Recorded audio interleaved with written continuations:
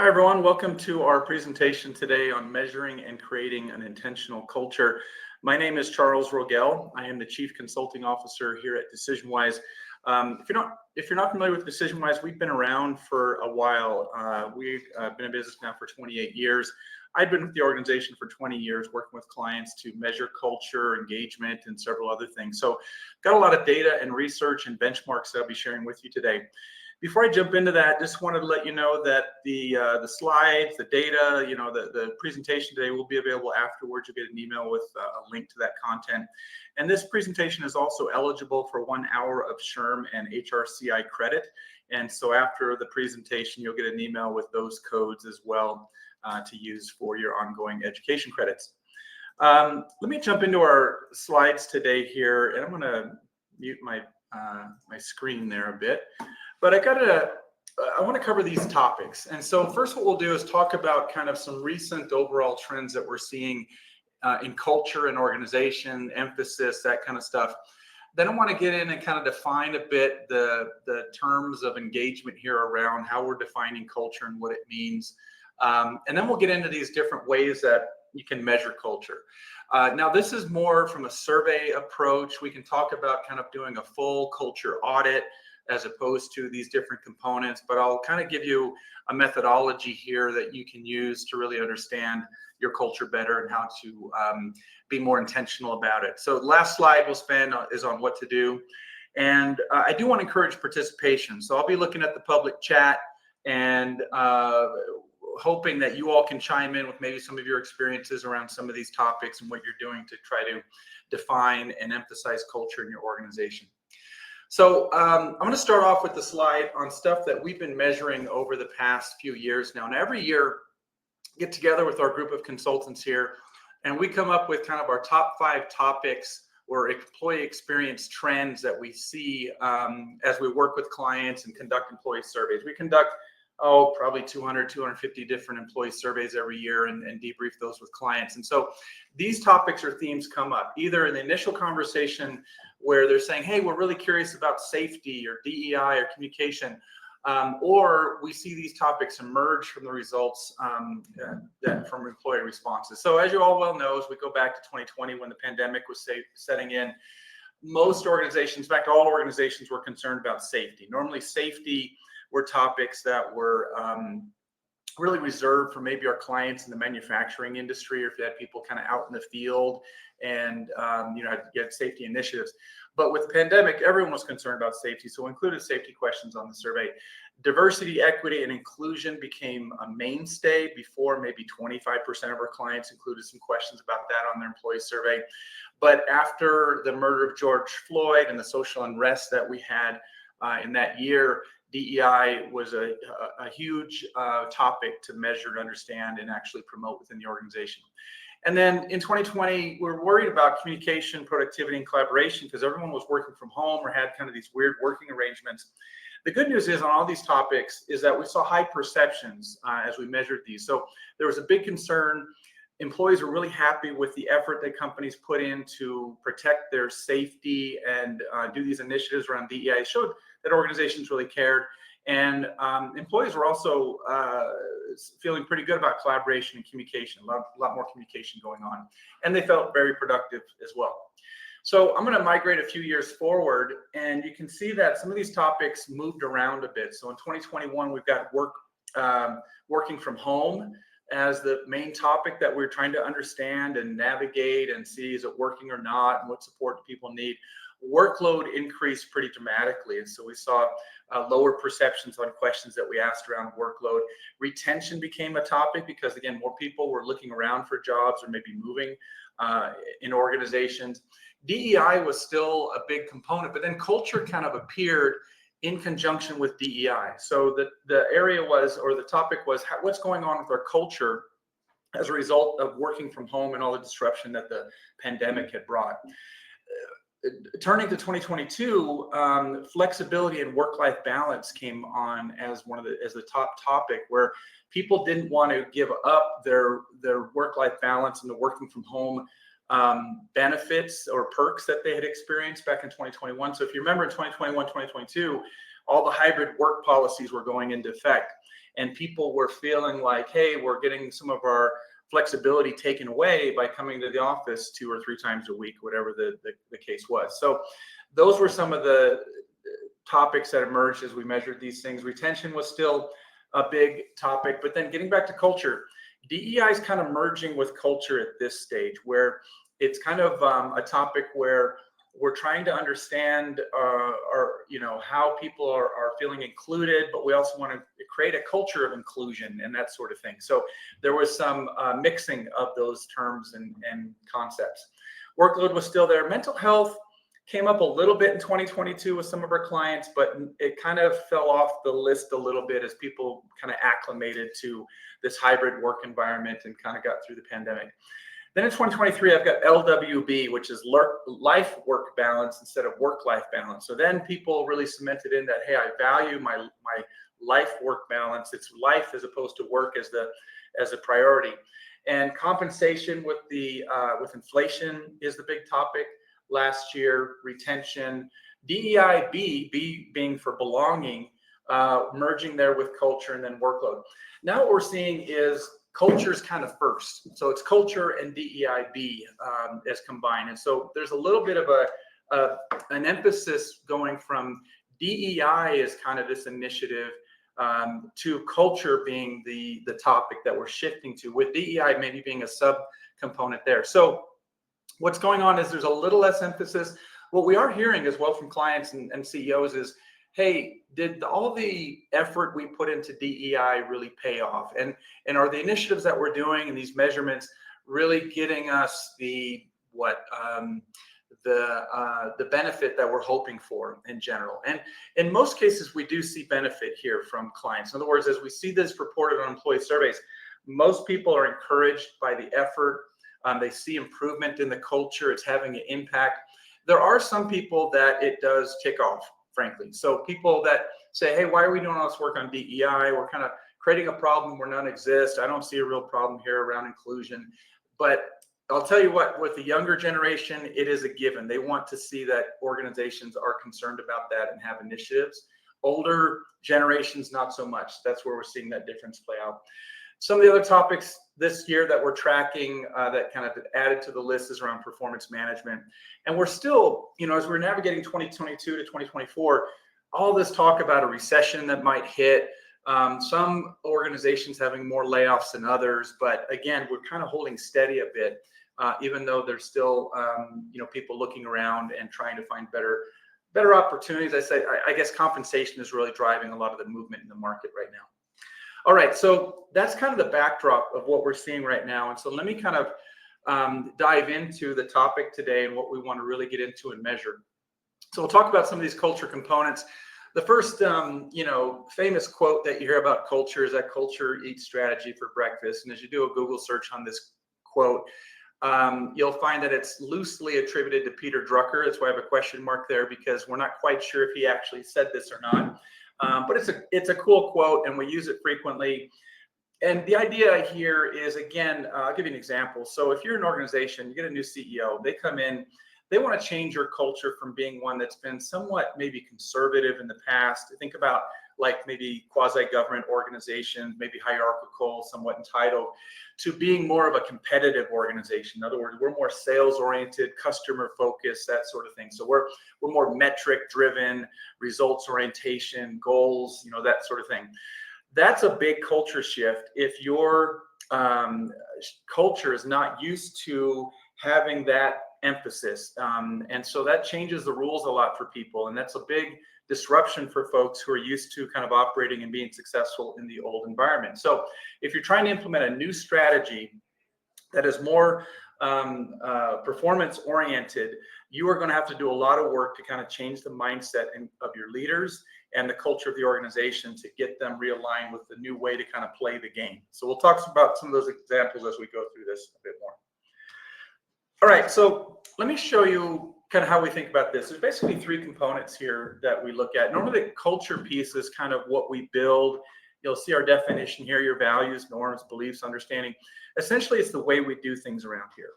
And the way you'll see this play out is that, for example, if you have a frontline employee who's dealing with a customer and it's kind of a difficult problem, they don't quite have the manual or the booklet in front of them on how to deal with it, the culture will tell them how to maybe navigate that, hey, customer's always right. Okay, I'm going to bend over backwards and be very accommodating here. Or no, we have certain we're very strict on our policies. And so they will then be more strict in how they deal with customer interactions. So that's kind of what our culture does. What it then creates is what it has an impact on is the employee experience. And so this is essentially the sum of all your perceptions about working at a company. And we call this the impact of the culture on employees. So we can measure that. This is why we do employee surveys and ask a bunch of questions to understand what's working or not working in organizations. Finally, if your culture is working and it creates a good experience, you'll get good engagement. So we measure engagement as kind of the outcome of the employee experience. If all those things are working, people will be more engaged in their work and want to do their best. So we measure engagement a lot. We do engagement surveys, but what we're doing is really measuring the experience and the impact of the culture on everyone else.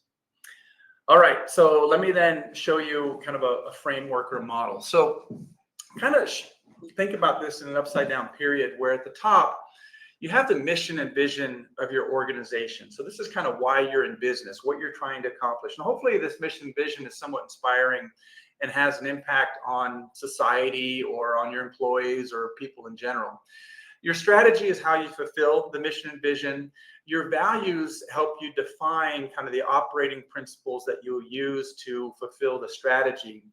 And then your leadership competencies should be kind of subsets of the overall value statements that you come up with. So what behaviors really should leaders demonstrate that reinforce our values in the organization? And then that cascades into goals, team dynamics, or procedures and things like that. So if any one of these components is kind of out of line with our values, for example, you might have a procedure or a company policy, employee policy that doesn't align with one of our values about, family values, for example. So we don't have a lot of time off or when there's a child born or something like that.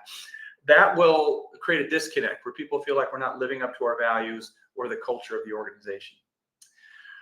All right, so we're going to talk about values and leadership competencies a little bit more, but these are really the components that help define this better. So if you have these kind of clear and people feel like, hey, I understand what they are and I see them at play here, then that really helps you define or create a good culture in your organization. These are kind of the components that you can really leverage or use. All right, so how do you define your culture? Well, you come up with your mission statement, and really this is your organization's reason for existence. And what's your purpose? Why do we exist? Hopefully this is a simple statement, and hopefully it resonates with your employees, because again, making money doesn't really resonate for people. Like when people say, oh, we had a great quarter, we made a lot of money, frontline employees are thinking, well, that's great. I'm not sure if there's a bonus program for them on that. Wonderful. If not, then they don't really care too much. So it's got to be something more impactful to folks in terms of what we're doing to make a difference in the world. Our values, though, like I mentioned earlier, are more of these core principles that guide and direct the organization. And so here we want to be more specific. And how do our values really help us fulfill the mission of the organization? So these should be more operational, should be easy to understand, should be easy to observe, that sort of thing. And so here's some examples of different companies and certain values you could choose. Now, on the left-hand side, you want to make your mission statement hopefully a little bit more conversational and inspiring. And you see some examples here. Pixar's is pretty simple: make great films with great people. American Red Cross has a longer one, but again, it's, alleviate human suffering and mobilize and empower volunteers and so on. So they have like a lot of components at play there that they're trying to cover. Your values, I've got a list of like 9 of the most common ones that we typically see, but you want to make a short list, maybe 4, 5, probably max is about as much as people can remember. Because remember, you're probably going to have definitions or descriptions of what like accountability means. And if you get too wordy, And if you get too long in terms of how you define these, it's harder for people to really adopt them and use them in the organization. So the first thing we would say, kind of stage one in understanding and measuring your culture, is how aligned people are with your mission and values. And so you'll see some sample statements here that we've used over the years to really measure this. So are you comfortable in the culture? Do I feel like I belong here? Question number two, honestly, probably the leading indicator of a healthy organization overall. If you see a high score on the belonging question, we see high engagement, we see high retention. Really, it's a kind of good overall outcome statement of what's going on. Doesn't give us too much detail, but it's a good overall statement on how an organization is performing. Then you get into the more detailed items about, understanding the mission and values and goals. That's more about how you're communicating those in the organization. Are those posted on the walls? Do we talk about them frequently? And then, are they important to me personally? This is where we're getting more to the alignment. So question number 4 on this list here too. And then you can do more about the values. Do we live up to our company values? Like question number 10 at the bottom, you would phrase it as, do we live up, how well, or we live up to the company value of accountability? And you would just have that as one statement. And you have another one, we live up to the company value of customer service, and so on. And this is on a 5-point agreement scale. So you'll be able to see kind of how people are agreeing with each of these statements and then break those out by your different demographics. So kind of stage one in terms of understanding your culture and alignment with the culture. These are helpful if you've already done a bunch of work to really define these things and people are pretty educated on what your values are. What people will see generally as these questions perform, and let me show you a few on this next page. Here's that belonging statement at the top. These are our global benchmarks. So we'll look at this data, probably over 400 organizations, 700 and some survey administrations. So every year as we're looking at this data, back in 2022, that belonging question, 79% of people said agree or strongly agree.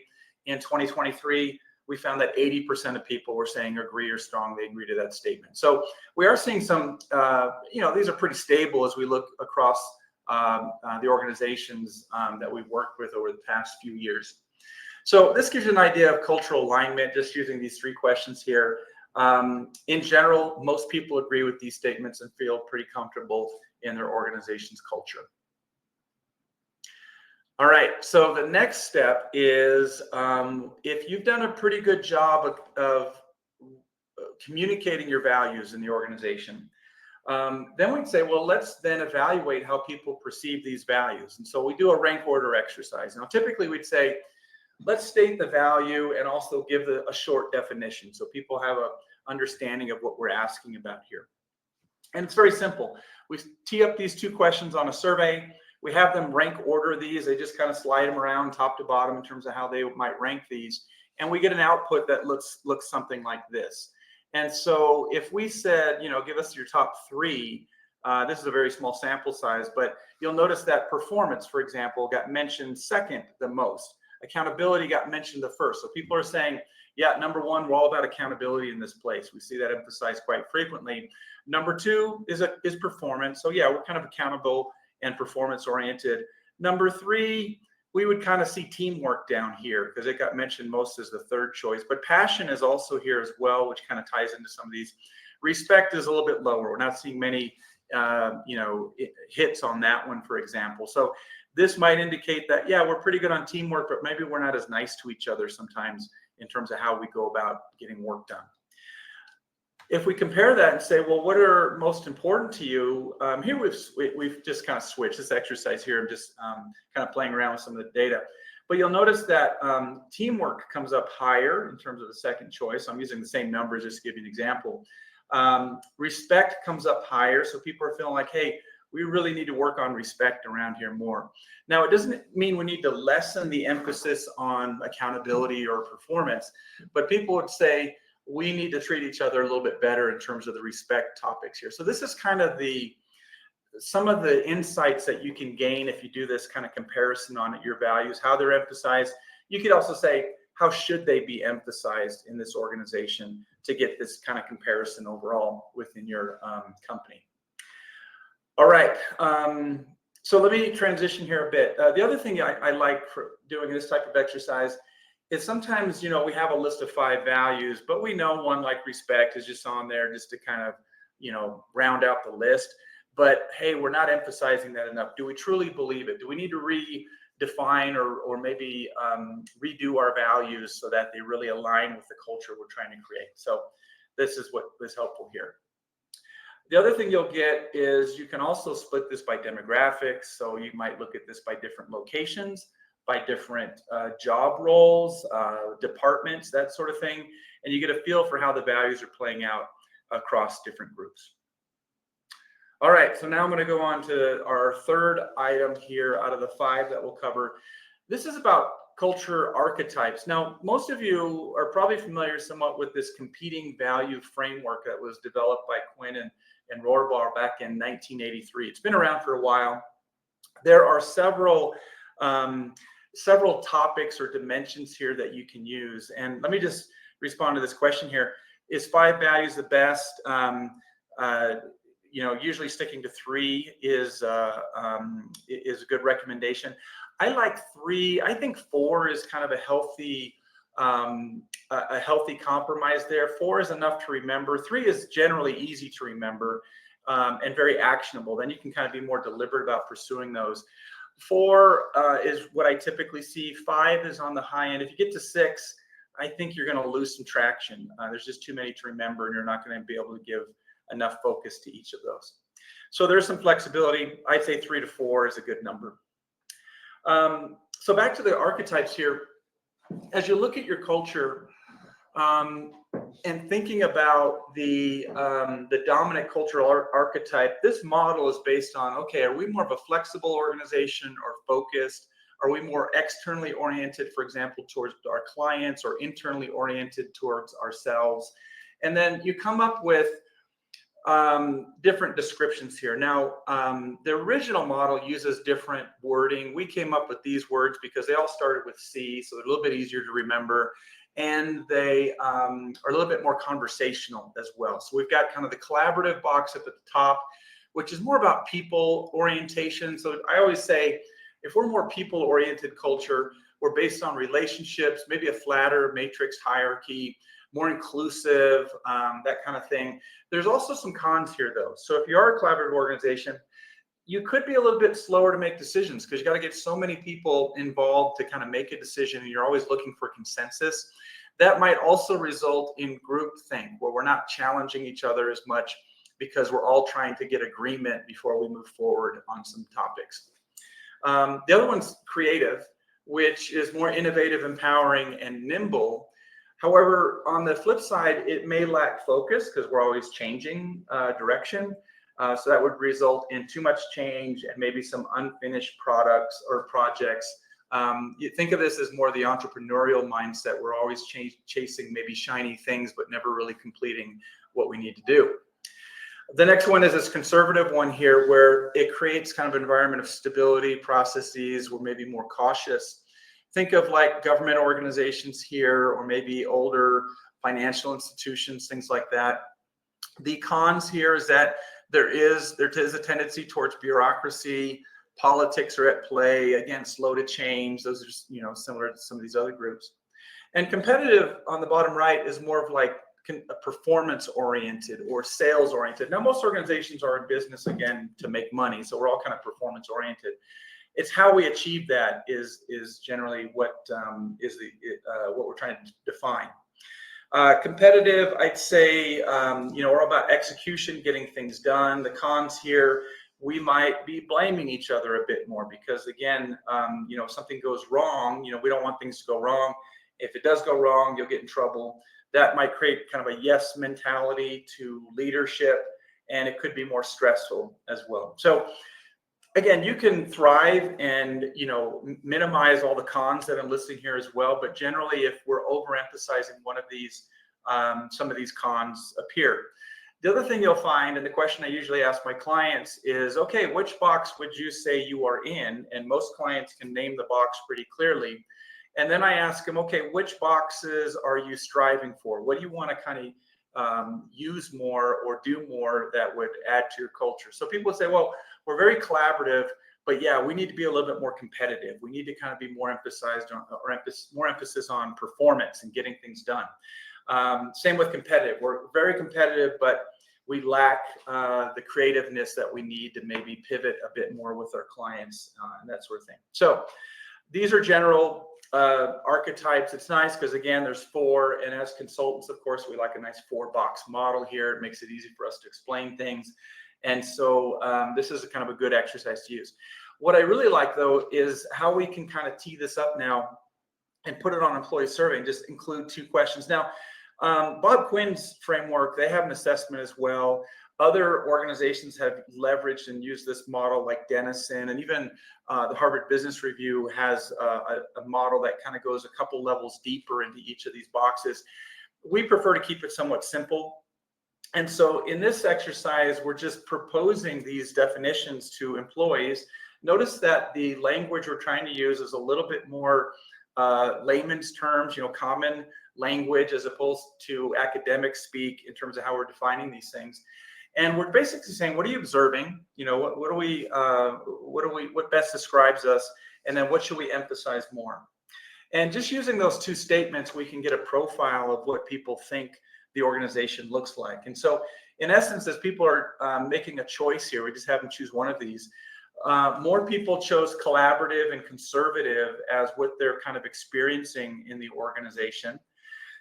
What should we emphasize more? Well, more people chose collaborative and creative in this case. And so they're feeling like the conservative piece isn't as helpful, or maybe not as advantageous as we think it is.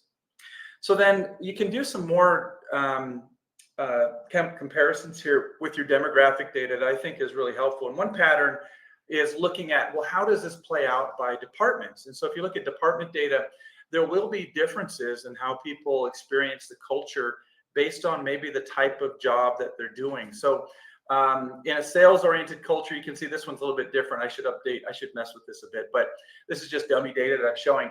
This sales group, normally the pattern I see here is that we're very competitive. So yeah, we're more sales or performance oriented, but they might strive to be a little bit more collaborative or creative in how they achieve results and so on. So this is enlightening in that, yeah, the culture does differ a bit across the organization. We also see differences in how people that are engaged in the organization experience or respond to these archetypes. The typical pattern looks like this, where if you're more engaged in an organization, and so again, we're measuring engagement slightly separately. We're looking at a subset of questions on the survey to determine your overall experience that you're feeling, like are you motivated, engaged in your work, that kind of stuff. And as we break people into these 4 categories, from fully disengaged or fully engaged to fully disengaged, and we look at how they respond to these 2 questions, if you're more engaged, you typically are experiencing a more collaborative environment. But what you're desiring is a little bit more of a creative environment. If you're less engaged, you might be experiencing a more conservative or competitive environment. But what you're desiring is a more collaborative environment. So engaged people kind of already feel like there's a collaborative environment that they can thrive in, but they want a little bit more creative, maybe empowered experience overall. Compared to those that are less engaged, they are not feeling like it's very collaborative, that not listened to, like their opinion doesn't matter as much. And so they're desiring that a bit more to kind of re-engage in their work. A couple other breakouts that I usually find are interesting. We see some interesting patterns are in comparing like manager versus non-manager perceptions here. Manager perception is a little bit higher on some of these collaborative topics compared to non-managers. And then you can also look at gender or tenure or any other demographics that you have in your data. So it gives you an idea that, hey, these types that we're proposing here, they don't perform or don't exist consistently. There's going to be some differences, and this is helpful to kind of understand your culture a bit more. All right, so let me transition now to derailers. Now, culture derailers are kind of those things that inhibit your ability to really create a thriving culture. So these things get in the way, and we've touched on some of these already when I showed some of the cons on those cultural archetypes. But some of these are measured consistently on employee surveys. So we might look at like a question that deals with how our processes are working in the organization. If you get a low score on people's perceptions around processes, that typically indicates that we have maybe higher level of bureaucracy in the organization. Conflict or psychological safety can be measured by understanding people's perceptions around being able to speak up and feel listened to. Decision gridlock, you can ask about how decision making works or how we get things done. Accountability, DEI. So some of these are kind of the reverse, like these lack of employee voice or job security. These are kind of the reverse of these positively worded statements that we already include on most surveys. So we can kind of point out that, hey, the siloing one means we have a lack of collaboration. Departments are really siloed. They're not cooperating with each other. That's a typical indicator of poor collaboration. And then other things, we have stress, too much change. I'm trying to think of other examples I'm seeing lately within organizations. Stress and workload usually detracts a bit. Too much change can factor in as well. So some of these I see appear more than others. Usually employee voice is one of those. The stress topic comes up a lot. And micromanagement, so lack of empowerment, for example, from your manager can also be one of those things. So give you an example. Here are some of the statements that we might use to understand derailers. Generally, our benchmarks show that we do pretty well. So at the top, treating people with respect, or at least from the supervisor standpoint, very high. Empowerment from a supervisor, 83% favorable is what we typically see. At the bottom, here's this siloing topic I just teed up. We work effectively across departments and functions. Typically, we see only 59% of people agree with that statement. Fair and accurate ways of measuring my performance. There's value in feedback and input, 66%. So these are kind of the tougher topics that we see that detract from your culture if they're not working well. All right, so next one, and I'll get to this here, is around our leadership competencies. So getting back to this model, you have your values. If you're trying to hold your managers accountable to those values, because it's one thing to say, hey, we got these values, this is how we operate.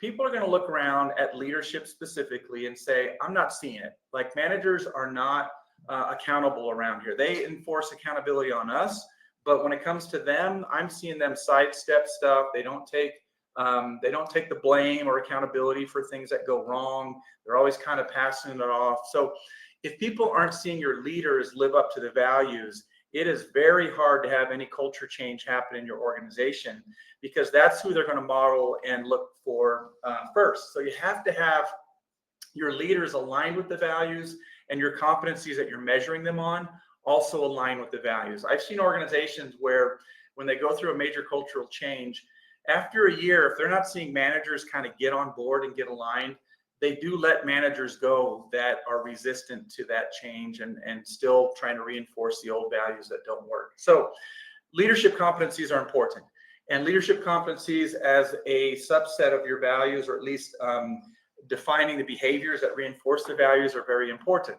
So this is where we get into 360 assessments. We do a lot of these. This is kind of the best way to really kind of tie this and tighten up the approach that you have around measuring these behaviors and values. Now, normally these can be pretty comprehensive, 70 or so questions are really development focused. So again, we're not trying to do a performance review here, but we're trying to give them insight in terms of how they're being perceived around these competencies and behaviors that reinforce your values. And so generally, you debrief the results, they create an action plan. We want to make sure that they're kind of aligned. The outcomes are these things on the right-hand side. And really, it's the bottom bullet point that we're trying to create, is this reinforcement of culture values. If you do 360 assessments with your leaders that are tied to your values, it shows them that you're serious about this stuff and they know what to be held accountable to. It also reinforces the definition and behaviors that you're trying to act, because a lot of times people look at your list of values and they'll think, well, that's great. I don't know what that really means. I got my job to do. And so they're not thinking too much about how to act on those values. 360s really bring that to the forefront. Now they know the behaviors that they're expected to follow, and they're very well defined in a 360 assessment. So there's various ways you can do this. we have some standard versions that we normally work with organizations on that measure, basic leadership competencies that are important to success. On the right-hand side, though, are really what you want to do is create your own competencies, behaviors around your values. Now, you can use several of the standard questions or competencies that already exist out there.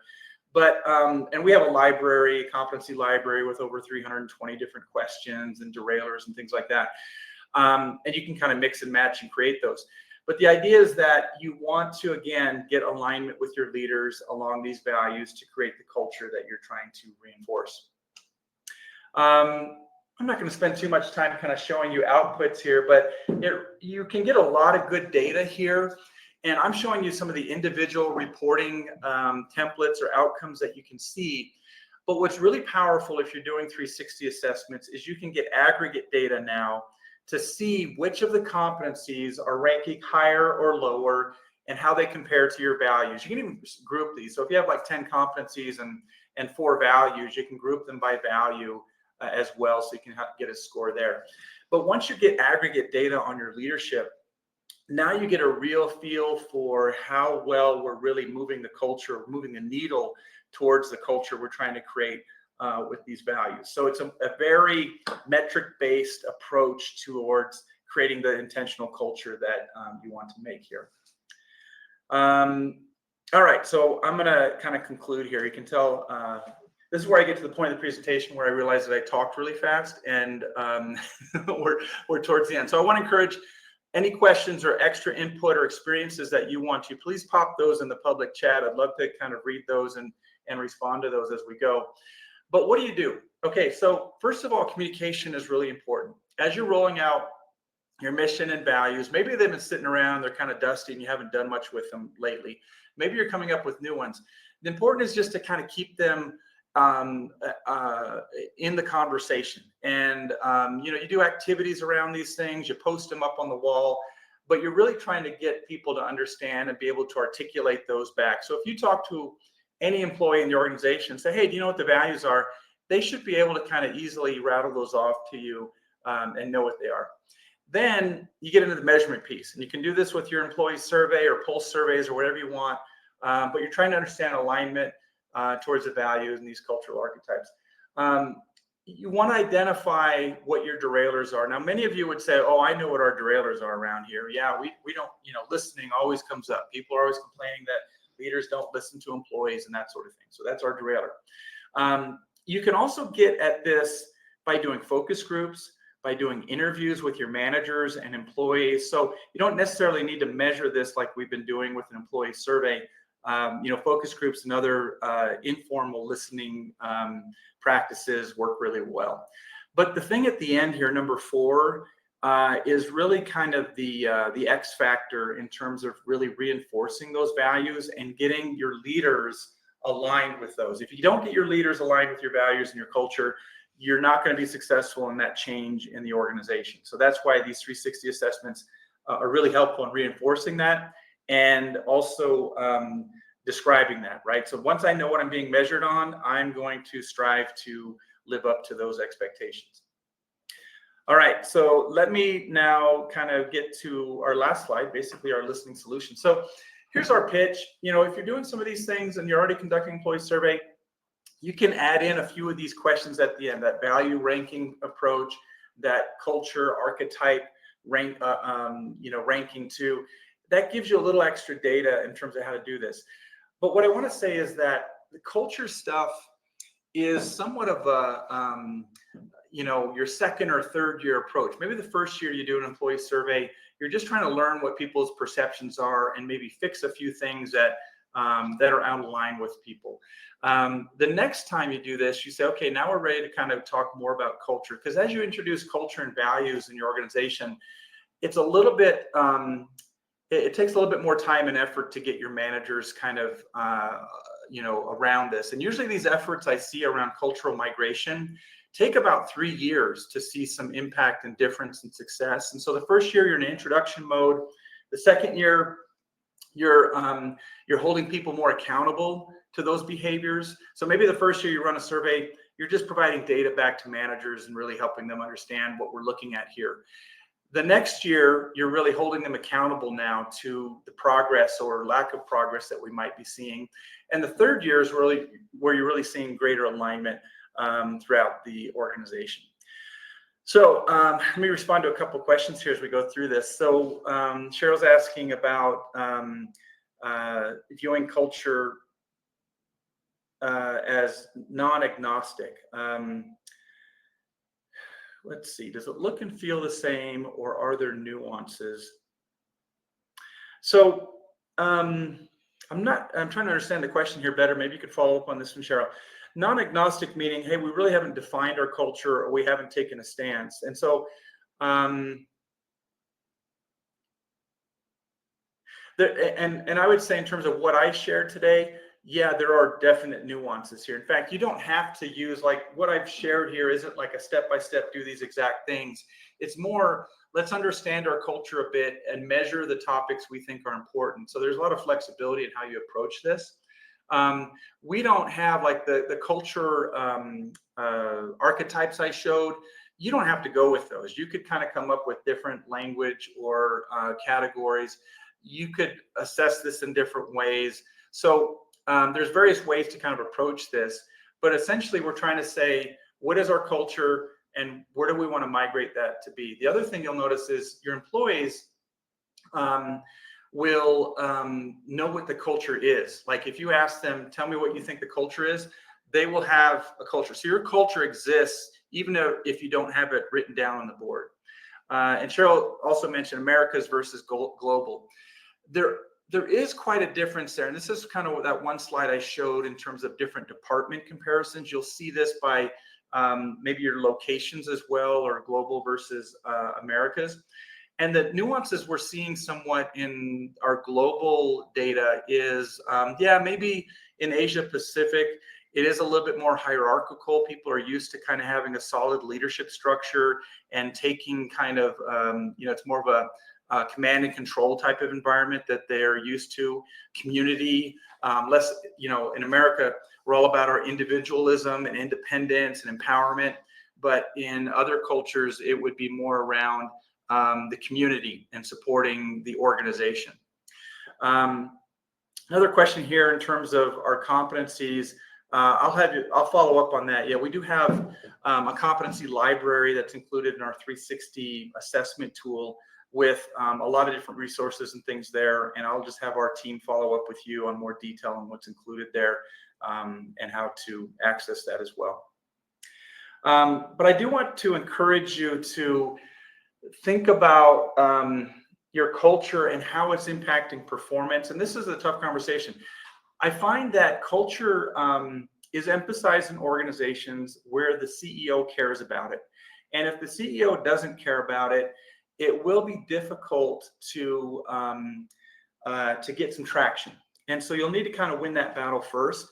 And what I recommend, or one of the ways to do that, is to run a survey and include some cultural components on the survey to give them some data to look at. Because what we find is leaders respond to data. Once they have the data in hand from an employee survey, you'll look at the data maybe as an HR leader, and you'll say, this is exactly what I expected to see. I've been telling our leaders for years that people are upset about lack of employee voice or some other things. Now you're able to quantify it with some data, and leaders respond to that stuff. And so if you're trying to get traction on culture initiatives, measuring this stuff, doing focus groups, or measuring it on your survey is a good way to kind of get that conversation going and get them caring about that topic as well.